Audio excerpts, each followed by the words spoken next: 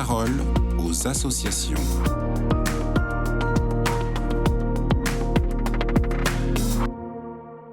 Bonjour à tous, bienvenue dans la parole aux associations. Aujourd'hui, je suis avec Père Richard, prêtre de la Société des Pères de Saint-Jacques. Bonjour mon père, alors vous venez de la République démocratique du Congo et vous êtes en mission pour les œuvres pontificales missionnaires en France. Est-ce que vous pouvez nous expliquer en quelques mots la situation au Nord Kivu ? Oui, la situation au Nord Kivu est catastrophique.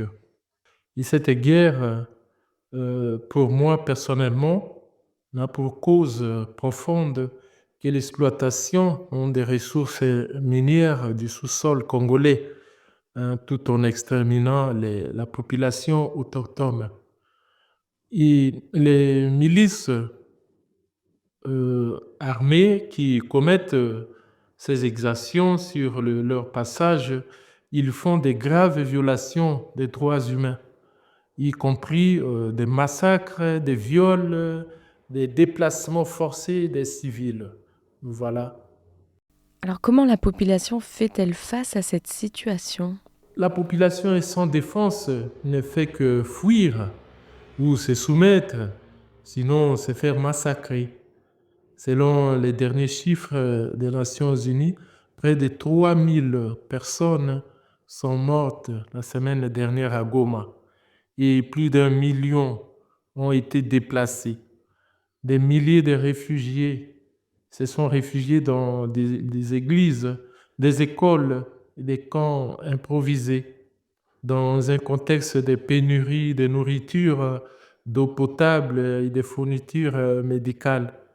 Les hôpitaux, y compris les établissements gérés par l'Église catholique, comme l'hôpital général de la Charité maternelle, ont été bombardés, tuant tragiquement des nouveau-nés et blessant gravement des civils.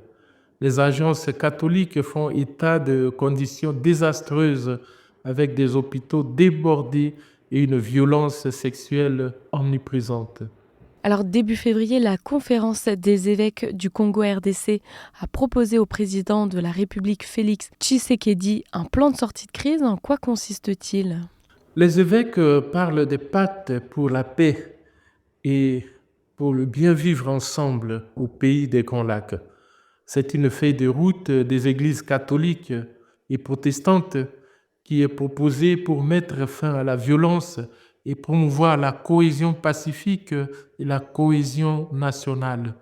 Il s'agit d'un processus de paix inclusif entre les parties prenantes avec participation des églises et la société civile autour d'une même table pour arriver à un consensus national. Et concrètement, pour l'Église, comme nous le savons, l'Église soulage la misère de la population par les œuvres caritatives, la création des bonnes écoles, des hôpitaux et des orphelinats. Elle fait beaucoup de choses que le gouvernement n'arrive pas à faire. Merci Père Richard pour ce partage et on porte en prière la République démocratique du Congo.